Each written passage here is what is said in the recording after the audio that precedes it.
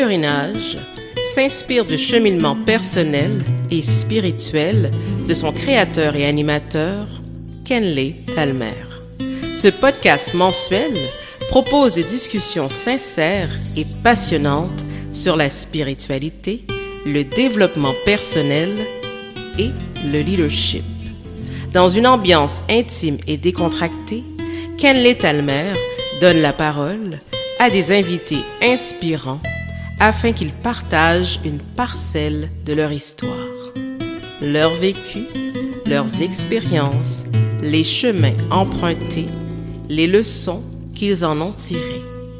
L'objectif de pèlerinage est de participer à l'éveil des consciences tout en prônant la quête de soi.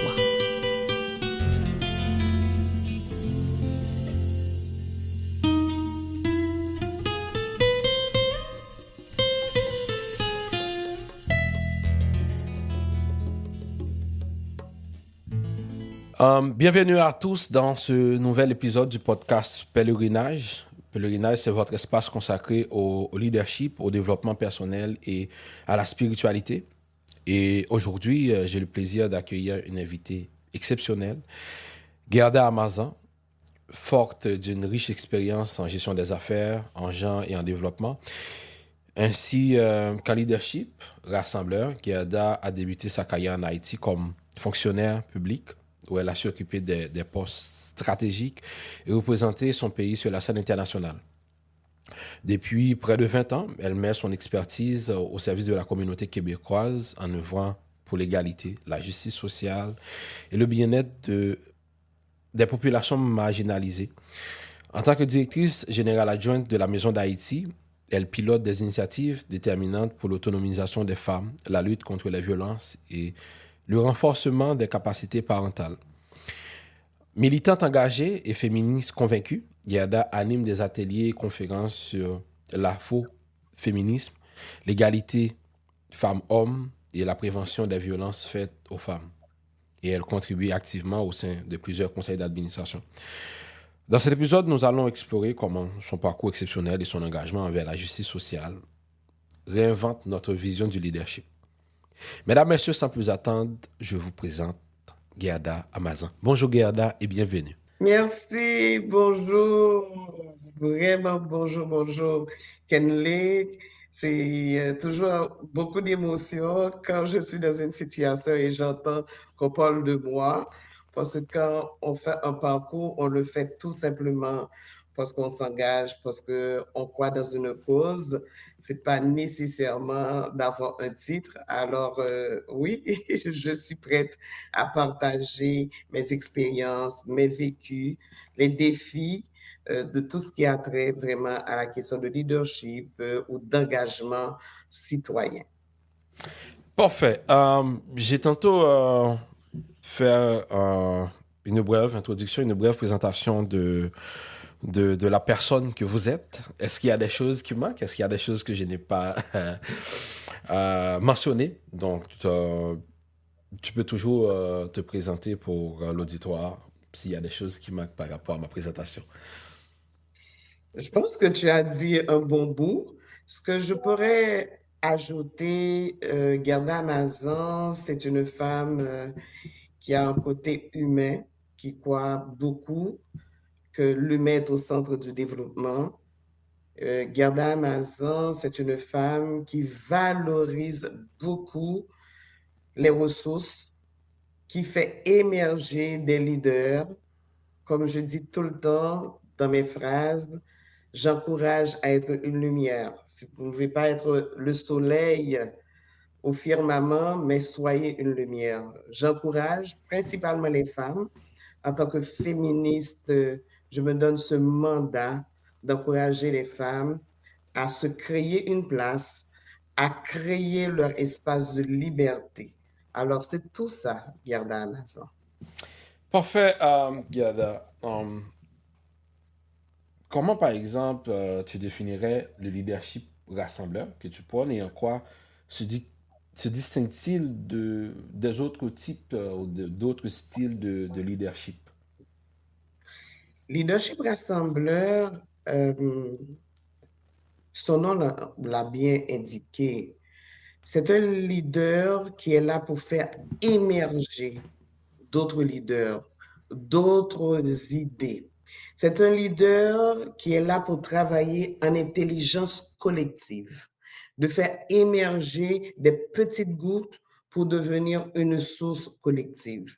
C'est pas un leader qui est là nécessairement à l'avant-garde, mais c'est un leader, quelle que soit sa place dans l'ensemble, sera capable d'identifier et d'avancer ensemble. C'est pourquoi c'est super important qu'on parle de leadership rassembleur, on parle d'intelligence collective.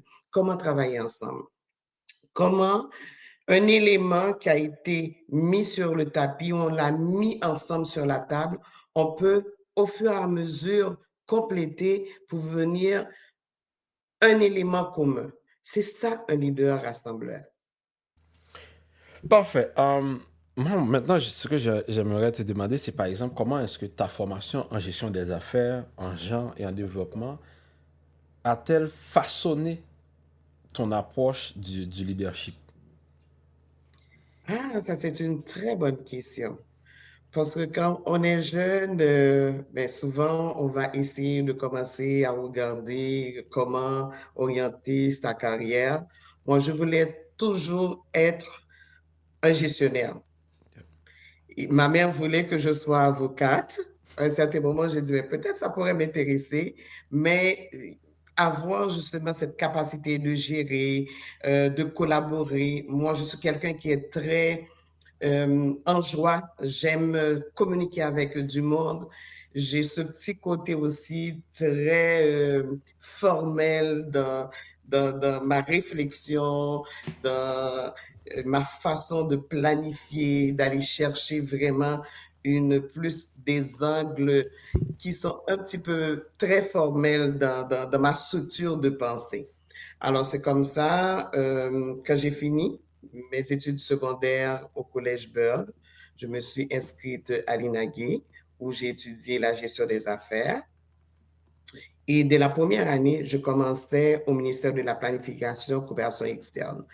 Et juste pour vous dire que j'ai 35 ans de carrière là. Wow. Quand j'ai commencé déjà, parce que déjà très jeune, à 23 ans, j'avais déjà un poste de responsabilité comme chef de service programmation et projet des ONG.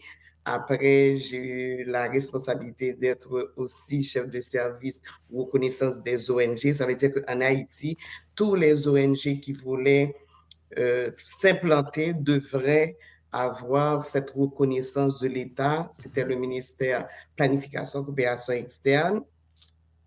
Moi, j'étais à l'UCAON, qui est l'unité de coordination des activités des ONG. Alors, c'est là que je commençais vraiment à travailler. J'ai commencé quelques mois comme statisticienne enquêteur et prendre les échelons. Et en 1995, quand il y a eu le retour du président Aristide, et c'était là aussi qu'on parlait, après Beijing, d'avoir une instance étatique capable de prôner et de mettre sur pied tout ce qui a trait vraiment à des stratégies pour pouvoir répondre à la problématique de genre, condition féminine, situation de la femme. Et j'ai été détachée au ministère de la Condition féminine pour pouvoir travailler, mais plus au niveau technique, toujours de la gestion de projet, création d'outils techniques, etc. Et là, j'ai trouvé ma cause. J'ai compris dès le départ, mais tout ce que je faisais, parce que j'étais dans des groupes Kiwo, j'étais dans le sport, je jouais au soccer, je suis quelqu'un qui est toujours vraiment actif, comme quelqu'un, un jeune qui est là, qui va se Qui est très retrouver dans des impliqué. discussions avec des groupes. D'ailleurs, j'avais des frères aussi avec qui j'étais agi souvent pour me mettre en défi. Alors, j'étais toujours dans cette posture de prendre ma place, d'être présente. Alors, c'est comme ça, j'ai trouvé ma cause et j'ai fait une bonne partie de ma carrière au ministère de la Condition féminine. Mon dernier poste, c'était membre de cabinet de la ministre. J'ai eu, entre-temps, le temps d'être membre de cabinet de 2 autres ministres au ministère de l'Éducation nationale. J'ai eu de gros mandats, comme par exemple de devenir la coordonnatrice de la table sectorielle genre qui regroupait tous les ministères et les instances internationales. Alors, tout ce parcours-là fait en sorte que quand j'ai eu ma formation en leadership rassembleur ici, j'étais prête à faire le lien par rapport à mes expériences, oui, au niveau technique, mais sur le terrain aussi. Je me rappelle à l'époque où il y avait président Préval qui était au pouvoir, ils avaient constitué un groupe qui s'appelle IMO. C'était un groupe de fonctionnaires de chaque ministère où on devrait aller sur le terrain pour identifier des projets qui vont être vraiment des projets de proximité pour la population. Je faisais partie de cette équipe-là, je représentais le ministère à la condition féminine. Alors, travailler avec les personnes vulnérables, concevoir, prendre ma place, tout ça fait partie des expériences, des bagages que j'ai traînés derrière moi et quand il fallait m'assurer que cette formation de leadership rassembleur était faite pour moi, mais je l'ai appliquée aisément. J'aimerais te demander maintenant, au ministère à la condition féminine et aux droits de la femme, Mhm. quels défis as-tu rencontrés pour améliorer les conditions des femmes, mais aussi quelles solutions innovantes as-tu mises en place? Oh, il y avait beaucoup de défis. Déjà à l'époque, quand on parlait de ministère à la condition féminine en Haïti, on voyait vraiment que c'était des femmes qui voulaient remplacer les hommes. C'était des lesbiennes à l'époque en Haïti et jusqu'à présent, vous savez très bien, au niveau de la question de genre, c'est beaucoup de pression. On voyait qu'on était des femmes marginalisées, toutes sortes d'affaires qui voulaient sortir vraiment les femmes dans leur foyer pour prendre justement leur place comme des hommes, etc. C'était comme tout un amalgame d'idées qui étaient tout à fait opposées de ce qu'on voulait. D'ailleurs, le ministère, c'est un espace étatique. Ça veut dire que ce sont des fonctionnaires qui travaillent pour appliquer la politique de l'État en matière de genre. Ça, c'est la première des choses. La deuxième des choses, c'est que quand on parle du féministe, si quelqu'un prend le temps de comprendre, c'est que autant que vous pouvez être contre le racisme, contre l'injustice sociale, etc., c'est autant que vous pouvez être féministe. Parce que on est dans une société qui décide que l'autre moitié du développement, l'autre moitié de la population sera inférieure. Inférieure par rapport à la loi, inférieure par rapport à la question économique, inférieure par rapport à la question de leadership. C'est une segmentation injuste. Alors, il y a des femmes qui décident de travailler en sorte que ces gens d'injustice soient bannis pour que l'égalité, etc. Alors, c'était des défis déjà, je peux dire, dans la perception des gens, de la population. C'était aussi des défis politiques, parce que ce n'est pas tout le monde qui voulait avoir ce ministère-là. Ça, c'est super important. À l'intérieur même de l'État et jusqu'à présent, on se questionne, est-ce que ce ministère avait sa place? Il y avait aussi des défis à l'interne, parce que n'oubliez pas, c'était des organisations de femmes pendant des années qui travaillaient sur le terrain sur cette question de féministe, mais l'État n'avait pas encore d'expertise. Alors, il fallait regarder l'approche étatique, l'approche de terrain, de militantisme pour qu'on puisse arriver à donner le service. Et surtout, en Haïti, les services ne sont pas décentralisés comme ça devrait être. Tout est concentré à Port-au-Prince. Il fallait travailler sur les structures décentralisées, il fallait sensibiliser, il fallait former. On a eu beaucoup de défis, mais on a pu arriver à faire de grandes choses. Mhm. Au sein du ministère, de ce même ministère, tu as coordonné la table intersectorielle genre. Euh, Oui. une initiative qui est très, très, très louable. Moi, j'aimerais savoir comment cette initiative a-t-elle contribué à améliorer les conditions des femmes en permettant à l'État de prendre conscience des enjeux et de travailler à résoudre certains problèmes. OK. Alors, cette table intersectorielle, l'idée a commencé par un projet qui a été soutenu par l'ACDI. L'ACDI, c'est l'agence canadienne, comme vous savez, qui était en Haïti, qui finançait plusieurs projets. L'ACDI avait un fonds qu'on appelle Fonds Corifam, où dans ce fonds-là, il y avait beaucoup de renforcement de capacités, renforcement institutionnel pour les organisations et également pour le ministère. J'étais membre délégué d'abord dans cette structure-là et après, c'était une table de concertation que je présidais avec la collaboration de l'ACDI qui avait une ressource à l'époque.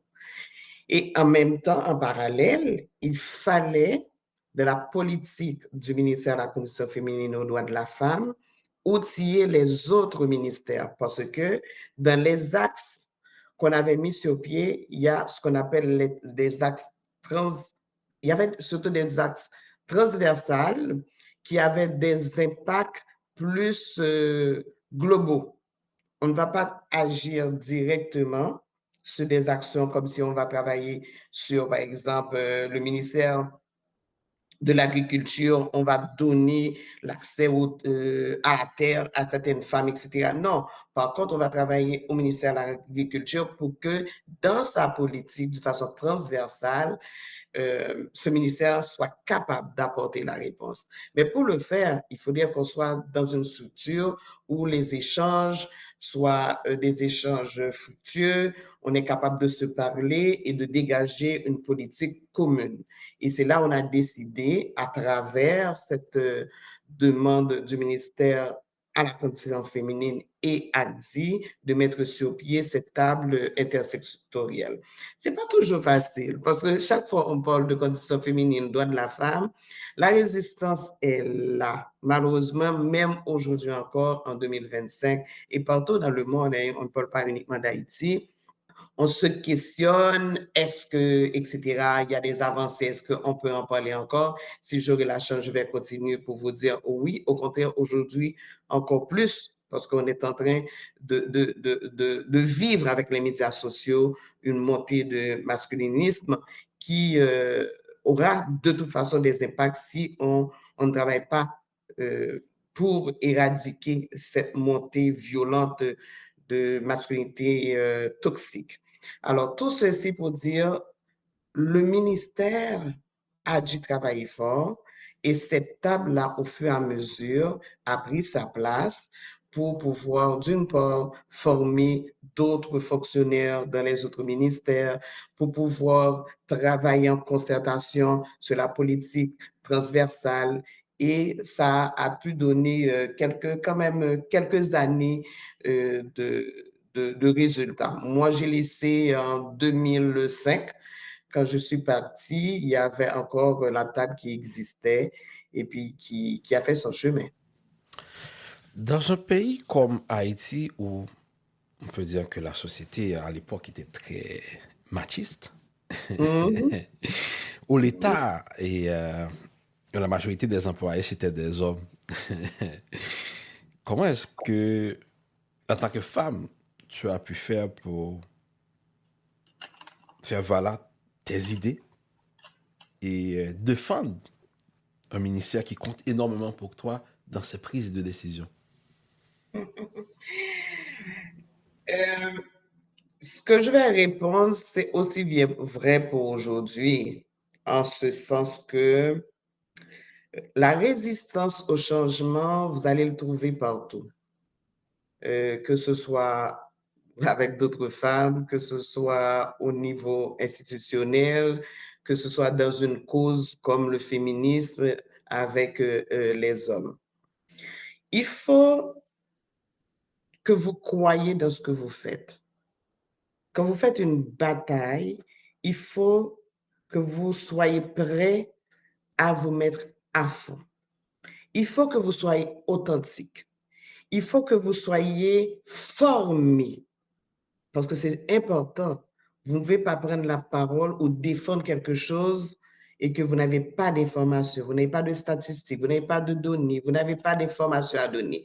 Prendre le temps, et c'est ce qu'on a fait au ministère, et je me rappelle, il y avait beaucoup de formations, il y avait beaucoup de documentation, des formations, que ce soit sur analyse comparative selon le genre, formation que ce soit sur le genre en tant que tel. Moi, je suis devenue formatrice des formateurs sur la question égalité genre.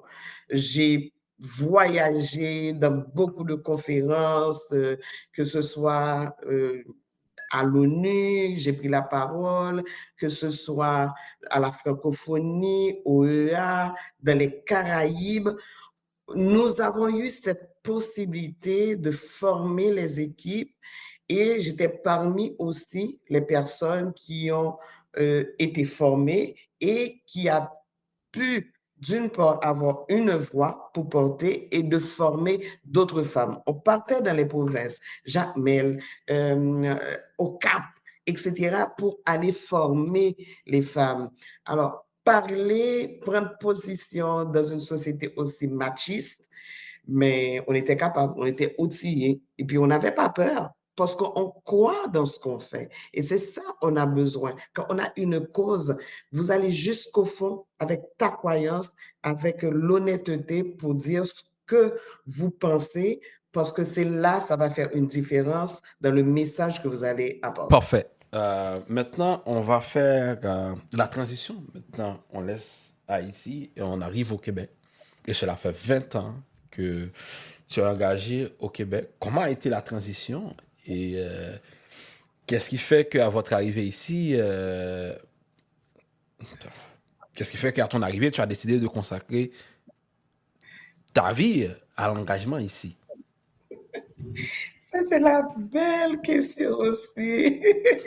Kenley, c'était pas facile. C'était pas facile et c'est toujours avec beaucoup d'émotion quand je suis dans une situation où je dois parler de cette traversée, de cette solitude de deux pays. Euh, Parce que ce qu'il faut comprendre, c'est que laisser son pays, il y a plusieurs causes, hein. Mais pour certaines personnes, moi personnellement, je sens que j'ai été arrachée. Moi, j'avais toujours pensé que je serais parmi les dernières personnes qui vont laisser Haïti. Par contre, il s'est passé dans ma vie une situation difficile. En 2001, on a assassiné mon mari en Haïti. Wow. Je suis vraiment désolé.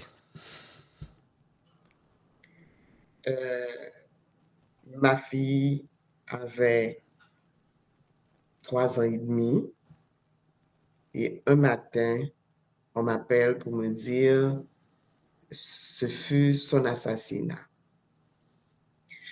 Jeune couple, et juste pour ouvrir rapidement la parenthèse, aussi fonctionnaire, un jeune qui a étudié dans son pays, c'était PEA, économiste planificateur, qui est parti en France pour étudier en planification, encore une fois,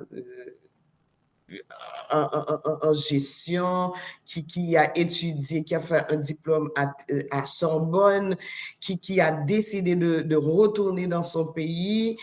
On est jeune, on veut construire, on est là, on veut... Et le pays t'a lâcher l'autre partie que tu es en train de construire. Et de l'autre côté, moi, comme jeune, très jeune, avec tout ce fougue-là de m'investir, d'être engagé dans mon pays pour servir, et tu vas devoir faire un choix. Je suis resté pendant quelque temps pour me battre, pour demander justice, en pensant que oui, il va aller avoir justice et réparation. Mais à un certain moment, j'ai dû partir. Partir parce que j'ai besoin de créer un espace sécuritaire pour ma fille et parce que nous avons droit à la vie. Alors, quand il faut laisser ou arracher dans son pays et tu vas venir dans un autre pays, c'est pas facile. Chez nous, on avait un chemin qu'on a tracé. Justement. Maintenant, il faut tout recommencer. Je suis rentrée comme fonctionnaire et avec un parcours professionnel avec ma résidence. Arrivé ici en pensant que justement comme personne résidée professionnelle, mais c'est juste faire le CV et puis ça allait être facile. Non, tu vas, et moi je l'ai vécu, que tu vas trouver des gens qui vont vous dire, mais écoutez, votre CV, oui, on le voit, mais vous n'avez pas d'expérience d'ici. Ou bien pour le poste, oui, vous êtes trop qualifié. Mais tu vois, ça allait être comme tellement une déception qu'à un certain moment, j'ai décidé de devenir travailleur autonome. Okay. Surtout ma fille, elle était jeune.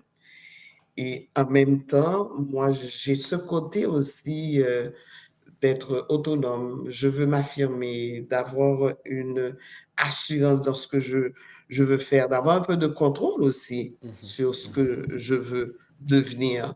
Et je n'avais plus de repères en ce sens. Et là, j'ai décidé de m'inscrire dans une école et j'ai recommencé pour être courtier en immobilier.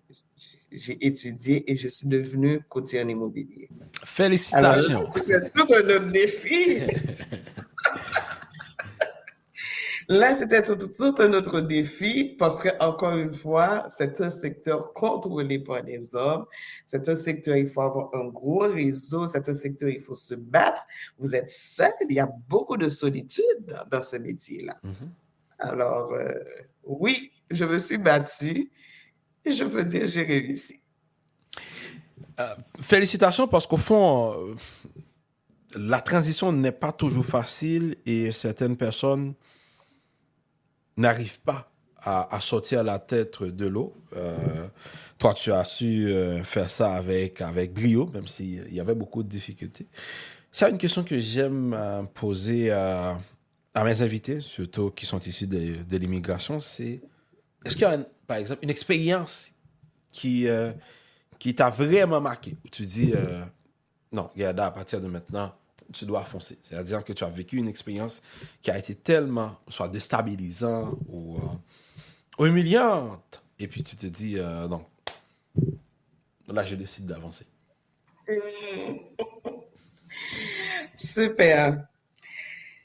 C'est une qualité morale que j'ai qui est également, je peux dire, ma faiblesse qui fait que j'ai pu avancer.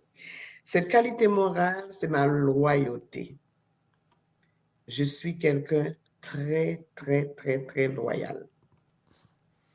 Je me bats, je m'engage avec discrétion, j'encaisse et j'avance. Je ne veux pas lâcher parce que ma loyauté est liée, comme je dis, avec mon engagement parce que j'avais tout mon temps pour réfléchir quand je vais prendre une décision, je m'engage. Quand j'ai des difficultés, je n'ai pas envie de lâcher. Et je veux aussi que là où je suis, ou l'espace que j'occupe, que je sois capable d'être parmi les éléments qui vont sécuriser. Alors, cette force, cette grande qualité qui est devenue pour moi aussi à un certain moment un défaut, fait en sorte que j'ai souffert dans mon parcours professionnel. C'est difficile. Jusqu'à ce que, un certain moment, j'ai dit jamais mes valeurs personnelles, je vais l'hypothéquer, je vais faire une remise en question face à cette qualité-là. Et c'est là, j'ai dit, Gerda, maintenant, il faut se concentrer sur toi. Parce que souvent, j'ai dit ça dans mes conférences et puis dans les échanges avec les femmes. Ce ne sont pas les défis ou les obstacles, etc., ou les humiliations, tout ça qui sont difficiles. C'est ne pas avoir la capacité de sortir ta tête de l'eau. C'est de ne pas avoir cette capacité de transformer tous ces défis, toutes ces contraintes en une force. C'est pas facile, je vous le dis. C'est pas facile. Vous allez pleurer, vous allez être triste, vous allez vous isoler, vous allez même faire une remise en question sur votre capacité, parce qu'on va vous pousser à faire ça. À un certain moment, mais il faut passer dans une autre étape. Parce que, en fait, Kenley, la société, souvent je le compare avec la théorie de l'iceberg. Il y a une couche, quand tu es vers l'océan, tu vois la tête de l'iceberg. Puis tu penses que tu as toute la stratégie pour éviter les chocs, pour passer à côté ou pour s'arrêter. Par contre, il y a des facteurs que vous n'aurez jamais le contrôle. Il y a des contraintes, il y a des conditions. Vous allez faire face au moment où vous êtes sur le terrain, au moment où vous êtes dans l'action. Maintenant, c'est comment vivre, comment prendre ce choc-là, parce qu'en dessous de l'iceberg, en dessous de l'océan, il y a autre chose que vous ne savez pas. Alors, c'est en fonction de tout ça, quand je suis face à des situations complexes, j'arrive à s'en sortir, y compris mon gros défi qui était comment ma loyauté doit être toujours restée intacte, mais en même temps, mes valeurs personnelles, mes valeurs intrinsèques, l'être que je suis, Gerda Amazon, soient restées entières. Maintenant, on va parler de la Maison d'Haïti. Comment est-ce que l'expérience commence? Comment est-ce que tu as rencontré le chemin de la Maison d'Haïti? La Maison d'Haïti, c'est comme, j'ai l'impression que c'était fait d'une façon tellement naturelle, parce que la Maison d'Haïti, le lien a été déjà fait en Haïti. Mon dernier poste, c'était membre de cabinet Adeline Magouache-Chancy, qui était ministre à l'époque, et Adeline fait partie des personnes et avec son mari qui ont participé comme membre fondateur de la Maison d'Haïti. Alors, je me rappelle, comme beaucoup d'autres personnes dans mon entourage à l'époque, on me posait la question, Gerda, est-ce que tu es sûre que tu veux laisser Haïti? Est-ce que tu es sûre? Malgré mes problèmes personnels, mais j'étais quand même une jeune professionnelle avec une carrière devant moi. Et tout le monde savait aussi mon engagement. Et elle m'avait conseillé, elle me dit, écoute, Gerda, pour pouvoir vraiment rester enraciné dans ce que tu aimes avec Haïti, je te conseille d'aller à la Maison d'Haïti dès que tu commences. Et par coïncidence, je suis arrivée ici et tout de suite, comme j'avais aussi travaillé beaucoup de la littératie du ministère pour les documents de base, etc., avec d'autres collègues et les ministres aussi qui ont précédé Adeline. Elle m'avait donné un contrat à l'époque avec une autre personne pour écrire le livre blanc du ministère à la condition féminine. Fait que quelques mois après, alors on a travaillé ensemble, etc., sur le livre blanc, mais de toute façon, la Maison d'Haïti, c'était l'ancrage. Et c'est comme ça que j'étais à la Maison d'Haïti. Il y avait un projet à l'époque jusqu'à présent, qui existe, qui s'appelle Espace Parents, mais avant, on l'appelle le Réseau des jeunes parents. Monique Dauphin, de Regretter Mémoire, avec qui aussi j'avais déjà de liens en Haïti, puisqu'elle était au ministère de la Condition féminine. C'est elle qui coordonnait Dossier Femmes. On s'est retrouvés et puis on commençait vraiment plus dans le bénévolat. Il y a eu le séisme en Haïti. Là, avec d'autres féministes, on a décidé de créer un comité qui s'appelle le comité 3 avril, en mémoire des féministes en Haïti, où chaque année, on fait des événements. Puis, c'est là, comme ça, j'ai eu cette demande en disant, mais écoute, Gerda, est-ce que tu veux venir, même si à temps partiel, à la Maison d'Haïti pour travailler sur Dossier Femmes?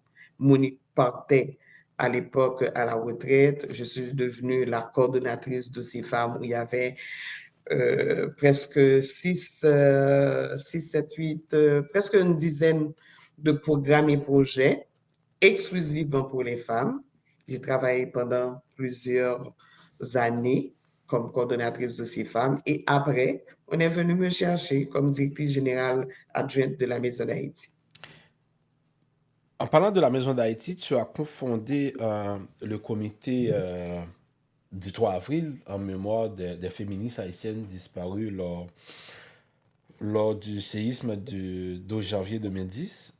Je n'ai pas cofondé, c'est Monique, c'est une idée de Monique Dauphin qui était la coordonnatrice de ces femmes à l'époque. On est des membres fondateurs parce qu'il y a d'autres femmes ensemble, on était presque une dizaine de femmes.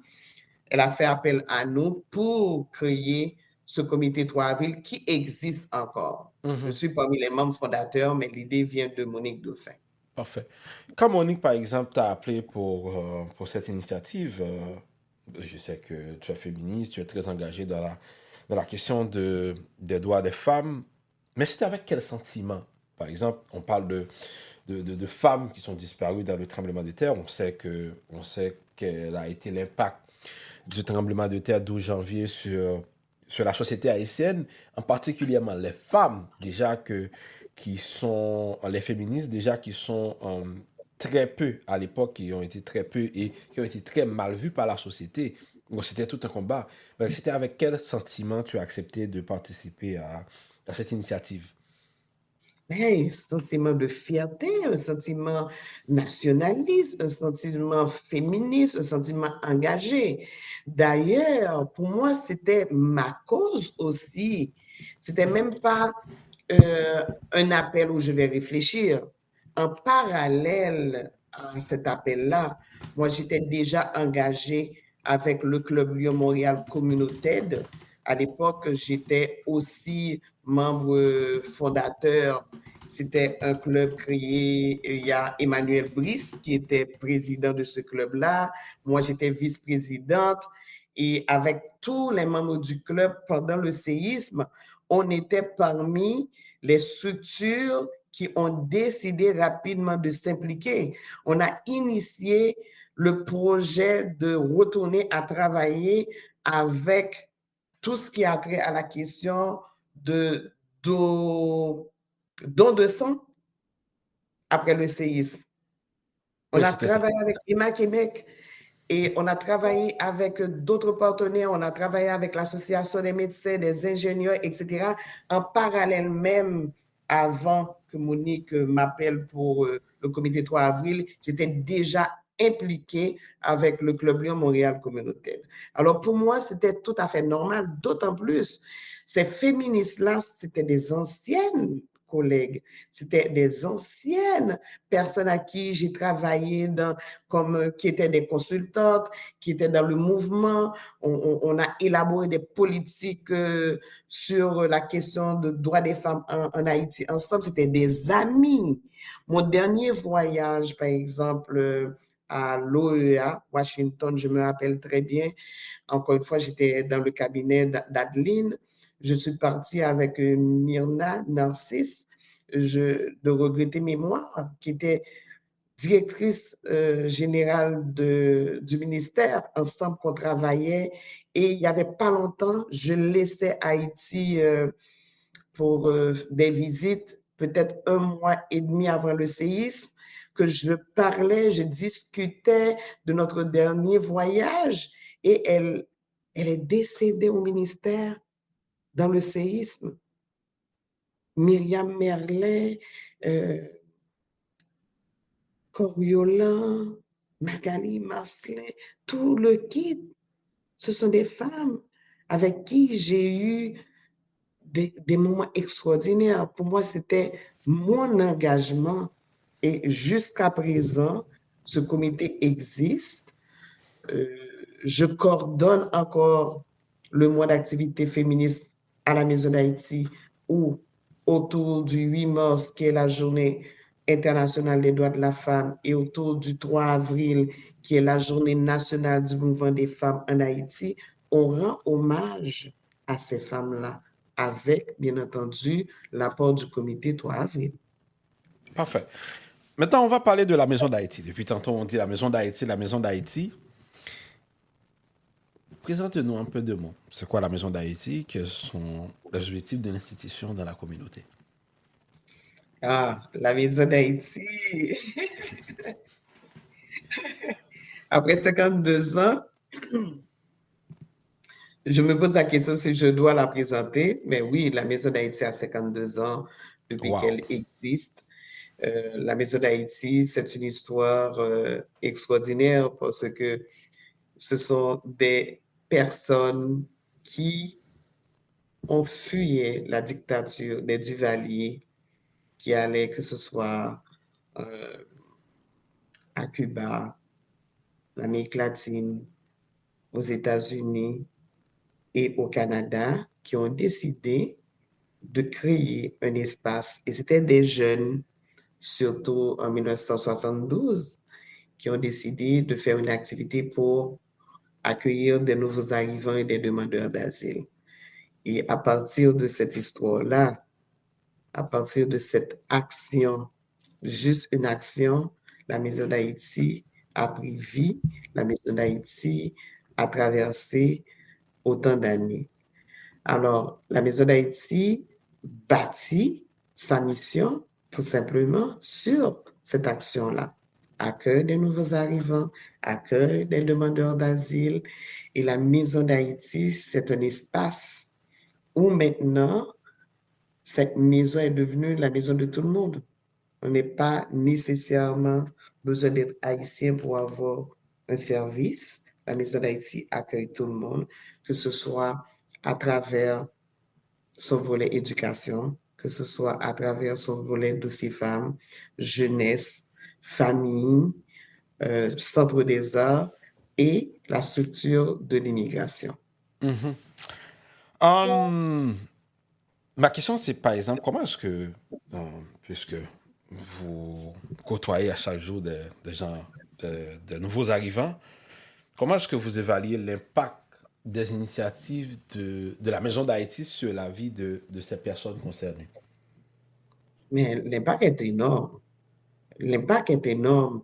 N'oubliez pas, quand on laisse chez soi, quand on est en face des gens qui ont un parcours migratoire extrêmement difficile, compliqué, qui ont fait 5, 6, 7, 8 pays et arrivent ici et qui sera capable de se faire recevoir dans un espace avec bienveillance, avec confidentialité, avec le sentiment qu'on a bien compris votre réalité parce que nous avons tous une histoire à raconter par rapport à notre parcours migratoire. C'est sûr que l'impact est énorme. Et surtout pour les Haïtiens, on va vous parler en créole, vous savez très bien tout ce qui Ouais, a trait à la question de barrières linguistiques, ouais. etc. Se faire sentir dans sa langue. Dans un espace, une maison comme la Maison d'Haïti, on est capable d'outiller, renforcer justement le rôle citoyen de ces gens-là, parce que la démarche de la Maison d'Haïti, la stratégie aussi, c'est une stratégie d'éducation populaire. Quand vous venez à la Maison d'Haïti, on souhaite que vous allez sortir comme un citoyen engagé dans votre communauté. On va vous encadrer. Et on travaille aussi dans un continuum de services. Vous ne pouvez pas venir de cette institution-là pour ne pas trouver un service, que ce soit à l'interne, parce qu'on a toute une panoplie d'activités, mais que ce soit dans le quartier, parce que le quartier Saint-Michel, on travaille en concertation, c'est un continuum de services. Et sinon, ça va être d'autres partenaires, parce que la Maison d'Haïti fait partie aussi de cette grande famille de la communauté noire ici à Montréal et également dans les autres provinces. En tant que directrice générale adjointe de la Maison d'Haïti, j'ai dit adjointe. Quels sont, par exemple, les enjeux majeurs auxquels, je ne veux pas dire toi seulement, l'équipe fait face pour soutenir les jeunes, les femmes et les parents? Bon, c'est sûr que je vais faire un survol parce que l'émission, c'est pas sur la Maison Ah d'Haïti. oui, oui, oui. C'est ça, mais juste pour vous dire, les défis de base que je peux parler, ce sont les défis, tous les organismes communautaires ont fait face, comme par exemple le financement. Comme vous pouvez l'imaginer, des structures comme des organismes communautaires qui ont 30, 40, 50 ans, ce sont des organismes qui ont travaillé très fort pour maintenir leurs activités. Alors, il y a certains financements qui ne sont pas des financements récurrents. Ce sont des financements ponctuels. On peut avoir un projet qui a un impact énorme sur la population, mais on n'a plus de financement, alors on fait quoi? Alors, c'est un gros enjeu. Il y a également plus au niveau politique, parce qu'il y a un problème systémique dans la façon dont l'État travaille avec des organismes communautaires qui fait en sorte que on ne se sent pas tout le temps le partenaire qui est bien entendu par rapport aux démarches. Alors, souvent, il faut faire beaucoup de plaidoiries pour se faire entendre. Il faudrait qu'on aille chercher d'autres partenaires dans la communauté pour faire entendre nos droits. Par exemple, dans le volet d'immigration, c'est toute une bataille. C'est connu, on le voit. Dans tout ce qui a trait à la question vraiment de discrimination, etc., du racisme, c'est une bataille, profilage racial, c'est une bataille.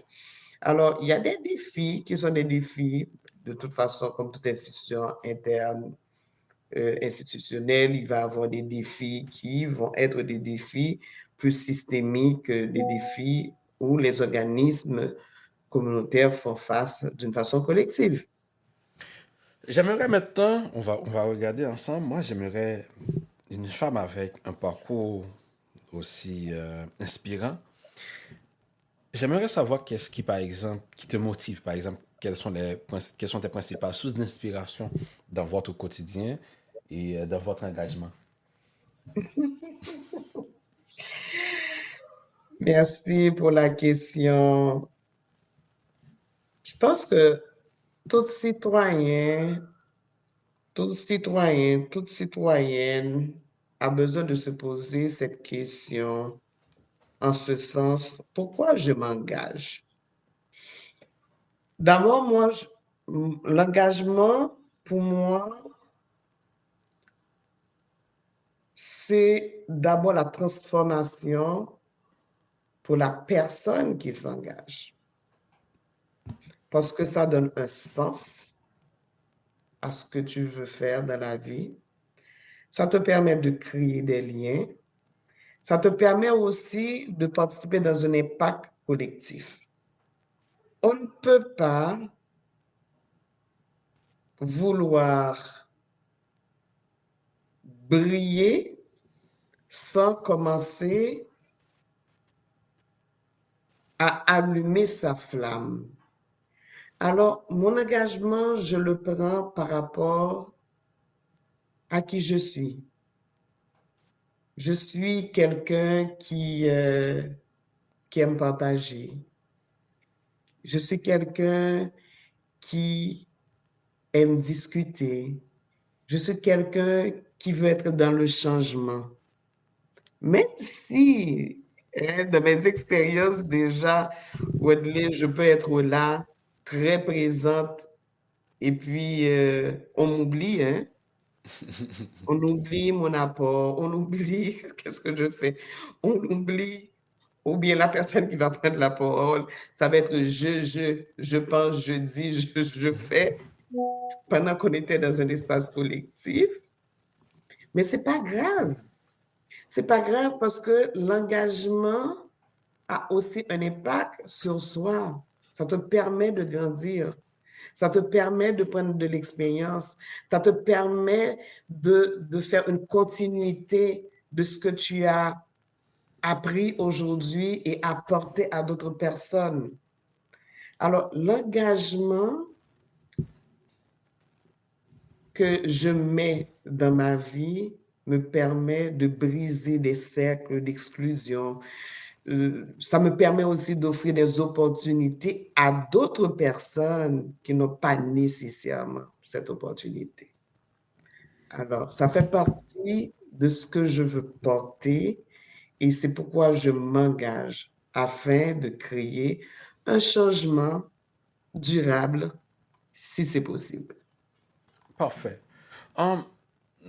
Maintenant, j'aimerais te demander, par exemple, il y a beaucoup de jeunes qui sont intéressés à s'engager dans la communauté, à faire le même chemin que toi. Est-ce que tu as, par exemple, des conseils pour des jeunes qui sont intéressés à s'impliquer dans la société, à s'impliquer dans la lutte contre les inégalités sociales et à développer aussi leur propre leadership? Mhm, mhm. Je dis à ces jeunes-là de ne pas peur de foncer. Je leur ai dit d'avoir beaucoup d'audace. Je leur ai dit de croire. Moi, c'est ma philosophie, hein?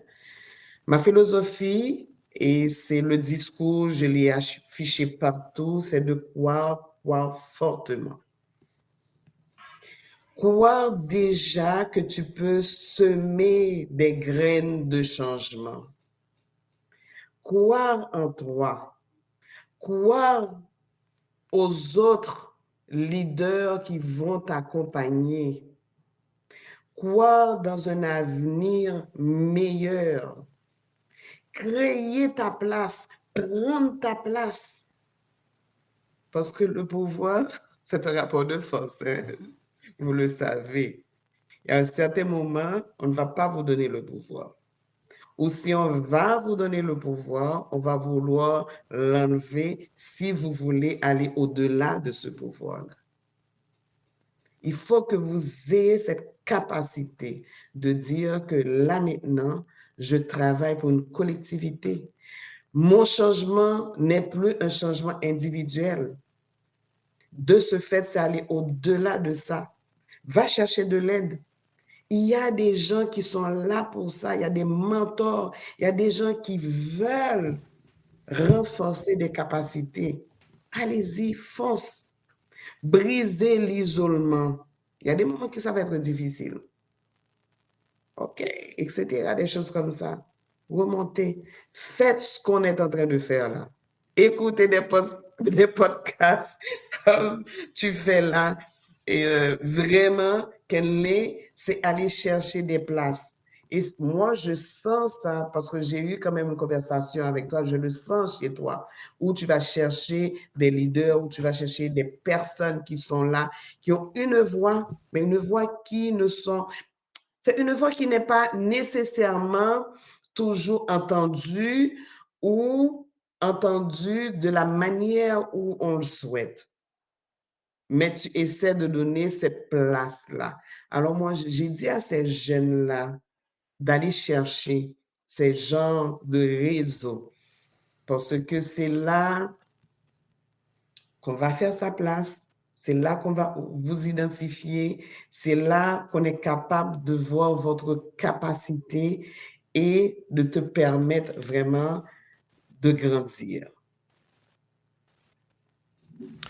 Moi, j'aimerais te demander, en regardant en arrière, quel conseil tu donnerais à une version plus jeune de toi-même pour oser rêver grand et préserver dans ses convictions?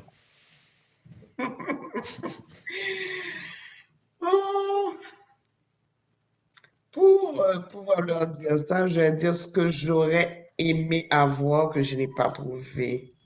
Et je ne souhaite pas que c'est ce qui leur arrive.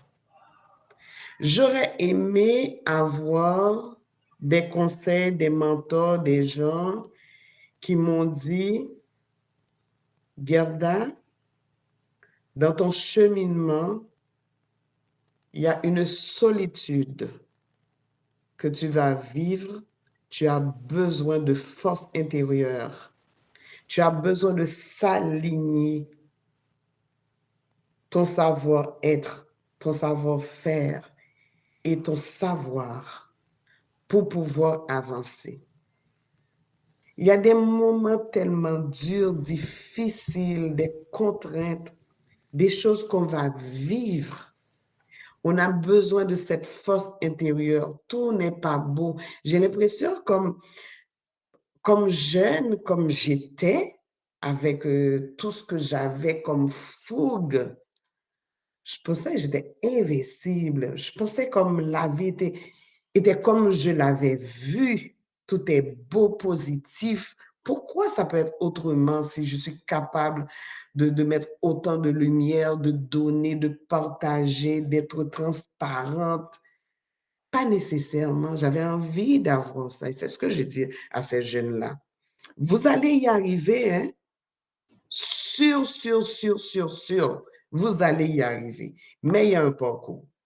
Dans ce parcours de solitude, dans ce parcours, il va y avoir des embûches, des difficultés. Préparez-vous parce que la réussite est tout près. Et vous allez être étonné pour voir. Pendant ce parcours difficile, ce chemin difficile, arriver au sommet, ce sont ces mêmes personnes ou ces mêmes réseaux qui seront là pour te féliciter, t'accueillir et même peut-être venir te chercher et oublier qu'il y avait un passé. Alors, ce n'est pas le parcours qu'il faut voir, mais c'est la réussite au fond qui vous attend.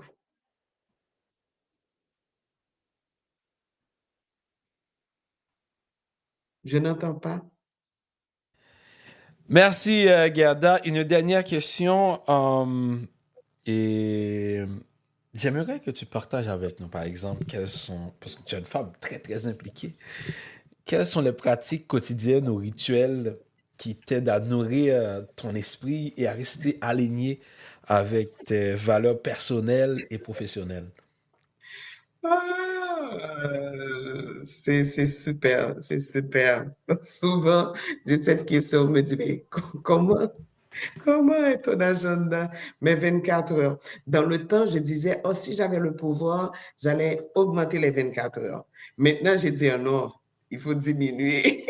Il faut diminuer dans ce que je fais, mais les 24 heures doivent rester telles quelles. Dans tout ce que je fais, et je m'implique beaucoup, beaucoup, beaucoup. Je prends plaisir aussi à le faire. Et principalement, et maintenant, tout ce que je fais en individuel, le coaching, mes conseils, mes conférences, etc. J'adore ça parce que je sens que les gens, et principalement les femmes, ont besoin de cette écoute-là, ont besoin de l'empathie, ont besoin, et puis je me sens privilégiée de participer dans ce processus de changement avec les femmes. Alors, pour faire tout ça, moi, je m'aligne sur cette spiritualité, pour moi, qui est ancrée aussi dans un engagement et la justice sociale. J'essaie de faire ce lien-là. Parce que la spiritualité ne se limite pas nécessairement dans une croyance ou dans une pratique religieuse, à mon avis. Ça peut se manifester dans des actes concrets, dans ce qu'on veut, de la transformation, que ce soit individuelle ou collective. Alors, tout ce que j'ai comme valeur, que ce soit dans la justice, dans l'égalité, la solidarité, j'essaie de tout transcender ensemble pour trouver cette force pour que je sois capable d'être présente, tant pour des personnes individuelles qui ont besoin de mon apport, tant pour la collectivité quand je dois jouer mon rôle comme leader rassembleur. Parfait. Merci, vraiment. Merci,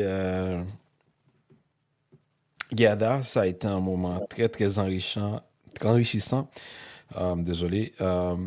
Vraiment, tu as un parcours vraiment extraordinaire avec beaucoup de difficultés, mais surtout la partie qui m'a énormément touché, c'est la transition. Parce qu'au fait, je sais combien ce n'est pas facile. Je sais comment, pour un nouveau arrivant, c'est difficile de s'adapter dans un pays quand tu as déjà construit une carrière ailleurs.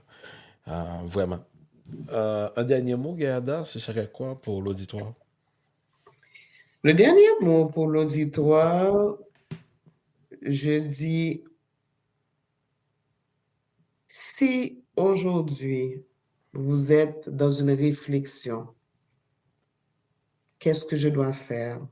Comment sera ma carrière? Comment sera demain? Mes échecs. Vous êtes dans une réflexion où le découragement veut prendre le dessus. Je vais vous dire, don't give up, comme on dit. Pas laguer ça. Pas laguer, pas lâcher. Ne lâche pas. C'est exactement le carrefour où il faut prendre la décision d'avancer. Avancer comment?